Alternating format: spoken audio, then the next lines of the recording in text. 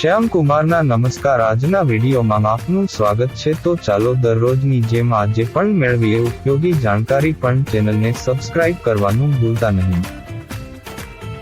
1 જાન્યુઆરી 2024મી mobile phone વપરાશકર્તાઓએ નવા sim card માટે biometric વિગતો પ્રદાન કરવી પડશે. આ સાથે જ ગૂગલ જીમેલ એકાઉન્ટ અને પર્સનલ જીમેલ એકાઉન્ટ પર નવા નિયમો લાગુ થશે.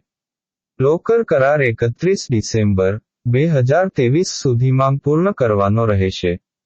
આ સિવાય ઘણા યુપીઆઈ બંધ કરવામાં આવી રહ્યા છે.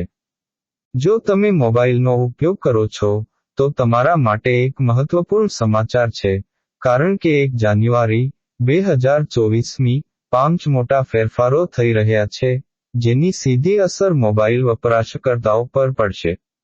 આવી સ્થિતિમાં તમારે 31 ડિસેમ્બર પહેલા તમામ કામ પૂર્ણ કરી લેવા જોઈએ. અન્યથા તમે મોબાઈલ ફોન દ્વારા યુપીઆઈ પેમેન્ટ કરી શકશો નહીં. તેમજ સિમ કાર્ડ બ્લોક થઈ શકે છે. મતલબ કે એક રીતે તમારો ફોન બોક્સ બની જશે. તમે યુપીઆઈ ચૂકવણી કરી શકશો નહીં. જો તમે 1 વર્ષ કે તેથી વધુ સમયથી યુપીઆઈ નો ઉપયોગ કર્યો નથી, તો તમારું યુપીઆઈ 31 ડિસેમ્બર 2023 પછી બંધ થઈ જશે. આનો અર્થ એ છે કે 1 જાન્યુઆરી 2023મી તમે ગૂગલ પે, ફોન પે અને પેટીએમ જેવી યુપીઆઈ ચૂકવણીનો ઉપયોગ કરી શકશો નહીં. તેનાથી બચવા માટે યુપીઆઈ આઈડી 31 ડિસેમ્બર સુધી બ્લોક કરવી પડશે. નવા સિમ કાર્ડ નિયમો. નવા વર્ષથી યુપીઆઈ સિમ કાર્ડ મેળવવું મુશ્કેલ બનશે, કારણ કે સરકાર નવા નિયમો લાગુ કરી રહી છે, જેના કારણે નવું સિમ લેતી વખતે બાયોમેટ્રિક વિગતો આપવી પડશે.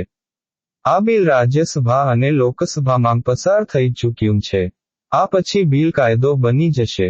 આ જીમેઇલ એકાઉન્ટ્સ બંધ કરવામાં આવશે, જેનો 1 કે 2 વર્ષથી ઉપયોગ કરવામાં આવ્યો નથી. ગૂગલ આવા તમામ જીમેલ એકાઉન્ટ બંધ કરી દેશે. નવો નિયમ વ્યક્તિગત જીમેલ એકાઉન્ટ પર લાગુ થશે, જ્યારે નવો નિયમ શાળાઓ અને બિઝનેસ એકાઉન્ટ પર લાગુ થશે નહીં. આવી સ્થિતિમાં, જો તમે જૂના જીમેલ એકાઉન્ટનો ઉપયોગ કર્યો નથી, તો તેને સક્રિય રાખવું જોઈએ. લોકર કરાર. ભારતીય રિઝર્વ બેન્કે 31 ડિસેમ્બર 2023 સુધીમાં લોકર કરારનું નવીકરણ પૂર્ણ કરવાનો આદેશ આપ્યો છે. તમને જણાવી દઈએ કે લોકરનો નવો નિયમ નવા વર્ષથી લાગુ થવાનો છે. આવી સ્થિતિમાં તમારે 31 ડિસેમ્બર સુધીમાં મંજૂરી આપવી પડશે. અન્યથા તમે લોકરનો ઉપયોગ કરી શકશો નહીં. Nominee update. ડીમેટ એકાઉન્ટ ધારકે 31મી ડિસેમ્બર સુધીમાં નોમિનીની માહિતી અપડેટ કરવાની રહેશે. અગાઉ તેની સમયમર્યાદા 30 સપ્ટેમ્બર હતી, જેને 3 મહિના વધારીને 31 ડિસેમ્બર કરવામાં આવી છે.